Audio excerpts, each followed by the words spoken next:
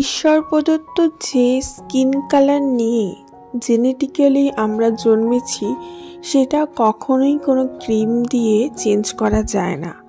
হয়তো স্কিনের কালারটা হালকা একটু লাইট হতে পারে, কিন্তু সেটা কখনোই কালো থেকে ফর্সা করা যায় না। সুতরাং যেটা আছে সেটাকে আমরা সুন্দর, উজ্জ্বল এবং ব্রাইট করতে পারি, এইটুকুই যা। তো আজকে সকাল সকাল ঘুম থেকে উঠে আমি একটু স্কিন কেয়ার করে নিচ্ছি। মুখটা ভালোভাবে ফেস ওয়াশ দিয়ে ওয়াশ করে নিয়েছি। এখন একটু টোনার অ্যাপ্লাই করে নিচ্ছি। গ্রীষ্মকালের দিকে আমি মুখের মধ্যে টোনার অ্যাপ্লাই করে ছেড়ে রেখে দিই, আর কিচ্ছুই অ্যাপ্লাই করি না। খুব সুন্দর মুখটা ফ্রেশ লাগে আর স্কিনটা গ্লো করে।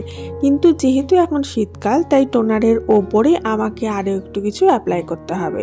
ন্যাচারালি আমি টোনারের ওপরে অ্যাপ্লাই করি একটু ময়েশ্চারাইজার, কিন্তু খুব বেশি ঘষাঘষি করি না, কারণ দুটো প্রোডাক্ট স্কিন র্যাশের প্রবলেম হতে পারে। কখনো কখনো আমি টোনারটাকে একদম যতক্ষণ না শোকাচ্ছে ততক্ষণ পর্যন্ত ওয়েট করি, তারপরে অ্যাপ্লাই করি। বাজারে এখন অনেক রকম ক্রিম পাওয়া গেছে, সেইগুলো নিয়ে আমরা মাখছি আমাদের স্কিনটাকে উজ্জ্বল আরও বেশি ফর্সা করতে। ন্যাচারাল মানুষের মধ্যে ধারণা থাকে আমরা স্কিনটা ফর্সা করব, কিন্তু ফর্সা করতে গিয়ে উল্টে স্কিনের ক্ষতি হয়ে যায়। এটা একটা সিরাম তোমাদেরকে দেখাচ্ছি, ভীষণ কার্যকরী। দেখতে পাচ্ছ এতটা প্রোডাক্ট শেষ হয়ে গেছে, মানে আমি এতটা প্রোডাক্ট ইউজ করেছি, ভালো রেজাল্ট পেয়েছি, তারপরে তোমাদেরকে ইন্ট্রোডিউস করাচ্ছি। না হলে আমি দেখাতাম না। যে কোনো জিনিস আমি নিজে ইউজ করি, আমার পরিবারের সবাইকে ইউজ করাই, দেখি ঠিক আছে কিনা, তারপরে তোমাদেরকে দিই। তবে একটা কি, এটা লাগিয়ে যে বিশাল কিছু আমার স্কিনের মধ্যে চেঞ্জ হয়েছে সেটা একদমই নয়। উল্টে এটা লাগালে একটু ইরিটেশন হয়, কারণ এটা একটু চ্যাটচেটে, কারণ এটা হলুদ আর হানি দিয়ে তৈরি। তার জন্য আমার হাজব্যান্ডের স্কিনে একটু দাগ ছিল, সেই দাগটা যাতে রিমুভ হয়ে যায় সেই অনুযায়ী আমি এই সিরামটা কিনেছিলাম। অ্যাকচুয়ালি বোনও হয়েছিল, বোনও থেকে সেই দাগটা রয়ে যায়, সেই দাগটা সারবার জন্যই এই সিরামটা কেনা। তো এতটা এখনও পর্যন্ত শেষ হয়ে গেছে। ওর যে দাগটা ছিল সেটা অনেকটা লাইটও, পুরোপুরি কিওর হয়নি, তো কাজ করছে। তবে আমি কিন্তু সবসময় লাগাই না, আমি মাঝে মাঝে লাগাই। যেমন বললাম, আমি টোনারের পরে কিন্তু ম্যাক্সিমাম ক্ষেত্রে ময়েশ্চারাইজারই অ্যাপ্লাই করি। ময়েশ্চারাইজার কিন্তু আমাদের স্কিনের জন্য ভীষণ কার্যকরী একটা জিনিস, যেটা আমাদের প্রত্যেকটা সেলের মাঝখানে গিয়ে আটকে যায় এবং স্কিনটাকে ব্রাইট করতে এবং হাইড্রেট রাখতে অনেক সাহায্য করে। Hello everyone, this is Ivy, welcome back to my channel. Isha's ডায়েরিজের একটা নতুন স্কিন কেয়ার ভরা সকালে তোমাদের সকলকে ওয়ার্ম ওয়েলকাম জানাই। আশা করি তোমরা ভালো আছো, সুস্থ আছো, অনেক হ্যাপি আছো। আমরাও ভালো আছি। ঠান্ডা প্রায় পড়ে গেল এবং পিকনিকের মরশুম চলেই এলো। আমার চেনাজনা অনেকজন আছে যারা বলে যে কোনো একটা ধরো ক্রিম অ্যাপ্লাই করেছি স্কিনের মধ্যে, এবার সেটা দীর্ঘদিন ইউজ করার পর সেই ক্রিমটা ছাড়তে পারছি না, সেই ক্রিমটা ছাড়লেই মুখটা ডাল হয়ে যাচ্ছে। এরকম অনেক ধরনের ক্রিমের সাইড এফেক্ট দেখা যায়। কোনো জিনিস হোক, কি আমার প্রয়োজনীয় কোনো জিনিস হোক, কি আমার স্কিন কেয়ার হোক, সমস্ত কিছু সেই নিয়ে আসে। যখনই আমি পায়ে আর হাতে নেল পালিশ অ্যাপ্লাই করি, তার আগে আমি একটুখানি যত্ন করার চেষ্টা করি। যে কোনো ময়েশ্চারাইজার বা বডি লোশন আমার কাছে আছে, অ্যাভেলেবেল আছে, সেটাকে আমি হাতে পায়ে আগে ভালোভাবে লাগাই, তারপরে নেল পালিশ অ্যাপ্লাই করি। তুমি যখন নখের মধ্যে যে কোনো নেল পালিশ লাগাবার আগে নখটাকে একটুখানি প্যাম্পার করার খুব প্রয়োজন। তাতে করে নখটা ডিহাইড্রেট থাকে, নখটার গ্লসিনেসটা বজায় থাকে, নখটা আরও দেখতে সুন্দর লাগে এবং নেল পালিশ অ্যাপ্লাই করলে সেটা দীর্ঘস্থায়ী হয় এবং দেখতেও ভালো লাগে। আর নেল পালিশ অ্যাপ্লাই করে সেটাকে ন্যাচারাল হাওয়ার মধ্যে শোকালেই কিন্তু বেশিক্ষণ থাকে।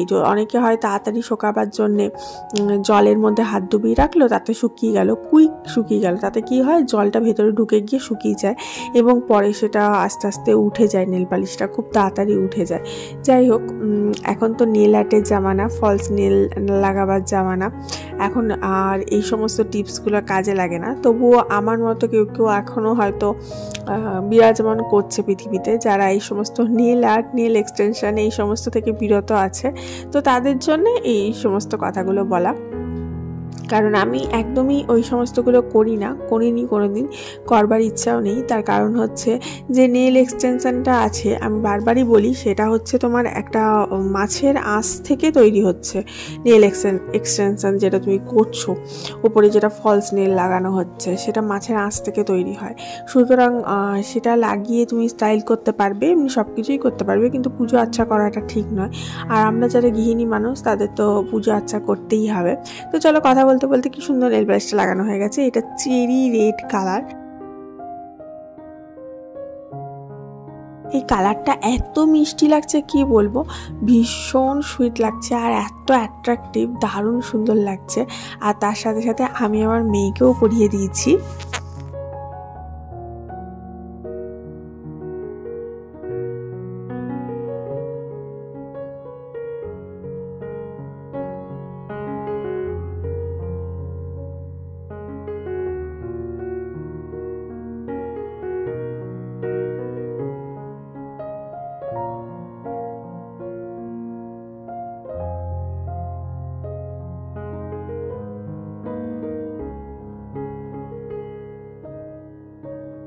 দেখি ঘরে এসে মালগুলো দিয়ে গেছে, তোমাদের দেখিয়েছিলাম। তো চলো আজকে শেয়ার করি কি কি মাল তুলেছি এই মাসে।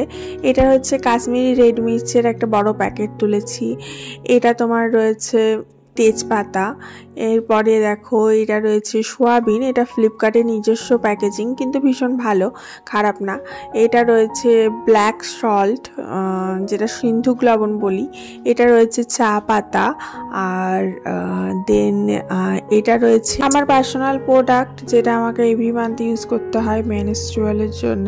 এটা হচ্ছে স্টেফির একটা প্যাকেজিং, তো ভীষণ ভালো। এটা হচ্ছে তোমার স্কচ ব্রাইট রয়েছে, এখানে রয়েছে হলদি, এখানে রয়েছে জিরে, এখানে রয়েছে লবণ অ্যান্ড আরও অনেক কিছু ছিল। এটা রয়েছে পিওর ঘিটা পুরো লিকুইড আছে, একদম পিওর।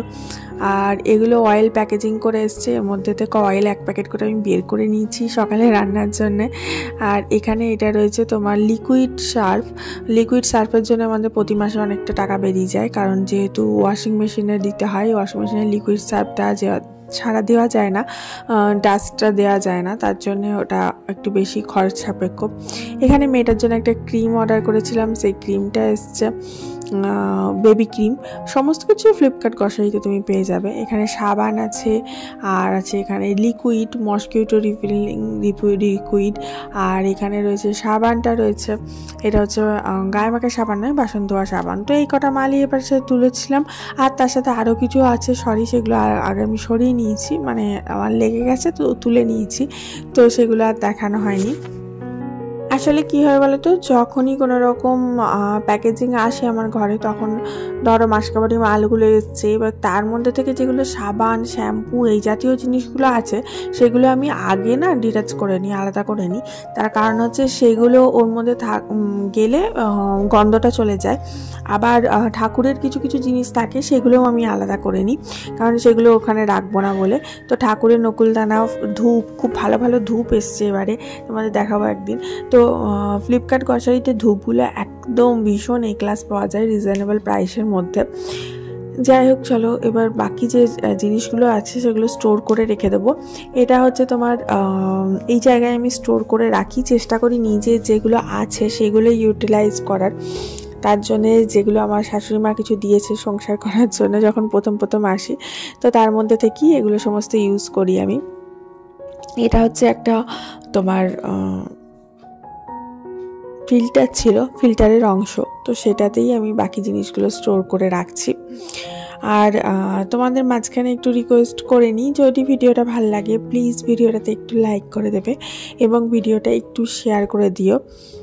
আর যারা এখনও পর্যন্ত সাবস্ক্রাইব করনি তারা নিচে দেখো রেড কালারের অপশানটা রয়েছে, সেখানে একটু ক্লিক করে সাবস্ক্রাইব করে নাও চ্যানেলটাকে। আর বেল নোটিফিকেশানটা ক্লিক করতে কিন্তু ভুলো না, তাহলে ভিডিও ছাড়ার সঙ্গে সঙ্গে তুমি নোটিফিকেশান পাবে এবং ভিডিওটা দেখে নিতে পারবে। তো এখানে মালগুলো আমার তোলা হয়ে গেল কথা বলতে বলতে। এরপরে আমি চলে যাব আমার অন্য রুম। এখানে কতগুলো জামা কাপড় পরেছিল, তো এখন জামা কাপড়গুলো গুছিয়ে নিচ্ছি।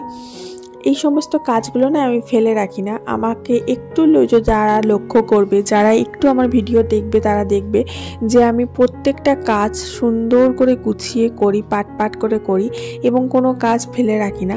এবং এগুলো থেকে না শেখার আছে বা এগুলো থেকে এনার্জি গেইন করার আছে। যারা কাজকর্ম করছে অনেক সময় মনে হয় যে না করব না, ভালো লাগছে না, তো জামা কাপড় অনেকে গাঁথ করে রেখে দেয়। আগেকার দিনে কি করতো, একটা আলনা ছিল, আলনায় গাঁথ করে রেখে দিত, অথবা অনেকে কি হয় আলমারির মধ্যে গাঁথ করে রেখে দেয়, জামা কাপড়টা গোছায়ও না প্রপারভাবে। তো আমি সেসবের মধ্যে পড়ি না। আমি চেষ্টা করি প্রত্যেকটা জামা কাপড় একদম সুন্দর পাট বাই পাট করে রাখতে, তাতে দেখতেও ভালো লাগে, জামা কাপড়গুলো টান টান থাকে এবং পরবার সময়ও একটা ফ্রেশনেস ফিল হয়। অনেকে আছে যে একটা জামাকেই 4 দিন ধরে পরছে, কাচে না, এরকমও অনেকে আছে। তবে কিন্তু এটা একদমই ঠিক নয়। জানো, তুমি যতটা পরিষ্কার পরিচ্ছন্ন থাকবে, যতটা তুমি ভালো থাকবে, যতটা তুমি সেজে গুজে থাকবে, তত তোমার জীবনের যে শুক্র সেটা কিন্তু বৃদ্ধি হবে এবং ভালো হবে। এবং সেটা ভালো হওয়া মানেই কিন্তু তোমার মধ্যে একটা পজিটিভ এনার্জি গেইন করতে পারবে এবং তোমার মধ্যে তুমি আর্থিকভাবে আরও বেশি সফল হয়ে উঠবে। সুতরাং আমি চেষ্টা করি যে সব সময় পরিষ্কার পরিচ্ছন্ন, নিট অ্যান্ড ক্লিন থাকার এবং সমস্ত কিছুই পরিষ্কার পরিচ্ছন্ন রাখার। এটা আমার মতবাদ এবং আমি যেটুকু শিখেছি সেটুকুই আমি চেষ্টা করি আমার ভিডিও দিয়ে শেয়ার করার, যে সবার কাছে সেটা পৌঁছে দিই, যাতে সবাই জানুক, শিখুক। অনেকে বলে যে এটা কেন করছো, ওটা কেন করছো, এরকম অনেক হাজার প্রশ্ন আসে, হাজারটা কমেন্ট আসে, কিন্তু ব্যাপারটা সেটা নয়। ব্যাপারটা হচ্ছে যে আমি যেটা শিখেছি, একজন আমাকে কমেন্ট করেছে, তুমি তো ব্লগার ছিলে, হঠাৎ করে ডাক্তার কি করে হয়ে গেলে। ব্যাপারটা ডাক্তার হওয়ার নয়, ব্যাপারটা ব্লগার হওয়ার নয়, ব্যাপারটা হচ্ছে যে আমার যতটুকু জ্ঞান আছে বা আমার মধ্যে যতটুকু আছে, যে পজিটিভ জিনিসটা আছে, যেটা আমি নিজের জীবনের মধ্যে অ্যাপ্লাই করে কিছু পজিটিভ গেইন করতে পেরেছি বা আমার কিছু ভালো হয়েছে যেটা করে, সেই জিনিসটাই আমি চেষ্টা করি সবার মধ্যে দিয়ে ছড়িয়ে দেবার, সবার কাছে পৌঁছে দেবার। সেটাই আমি আমার ব্লগ দিয়ে বলবার চেষ্টা করি। ডাক্তারি কেন করব? ডাক্তারি করা তো আমার পেশা নয়। আমি এমনিতেও প্রফেশনালি একজন ইঞ্জিনিয়ার, ডাক্তার নই। তো কিন্তু আমি কি করি, আমার যে কাজগুলো করে আমার সংসারে আর্থিক ভালো এসছে, আর্থিকটা উন্নতি হয়েছে, সংসারের মধ্যে পজিটিভিটিটা বৃদ্ধি হয়েছে, আমরা ভালো আছি, হ্যাঁ, আমার প্রত্যেকটা ফ্যামিলি মেম্বার সুস্থ আছে, তো যে জিনিসগুলো করে এগুলো আমি পেয়েছি, সেগুলোই আমি চেষ্টা করি তোমাদের কাছে পৌঁছে দেওয়ার। সেগুলোই আমি তোমাদের কাছে বলি যে আমি এটা করি, এইভাবে করি, যাতে তোমরাও এইভাবে করতে পারো এবং তোমরাও এইগুলো করে তোমরাও যাতে ভালো থাকো, তোমাদের কাছেও যাতে কিছু পজিটিভ জিনিসটা। কথা বলে ফেলাম, কথা বলতে বলতে এদিকে আমার জামা কাপড়গুলো গোছানো হয়ে গেছে, এগুলো এখন পাট পাট করে তুলে রাখছি। দেখো আমি কত সুন্দর করে জামা কাপড়গুলো গুছিয়েছি এবং পাট পাট করে সমস্ত জায়গায় জায়গায় তুলে রাখছি। এবং আমি চেষ্টা করেছি আমার মেয়ের একটা আলাদা সেপারেট জায়গা করার, আমার একটা সেপারেট জায়গা করার, হাজব্যান্ড একটা সেপারেট জায়গা করার, এবং যাতে আবার মেয়ের জামার একটা সেপারেট জায়গা করে রেখেছি, প্যান্টের একটা সেপারেট জায়গা করেছি, হাজব্যান্ডের যেগুলো ঘরে পরে তার একটা সেপারেট তাক আছে, বাইরের শার্টের একটা, টি শার্টের একটা, প্যান্টের একটা, ইনার গার্মেন্টসের একটা,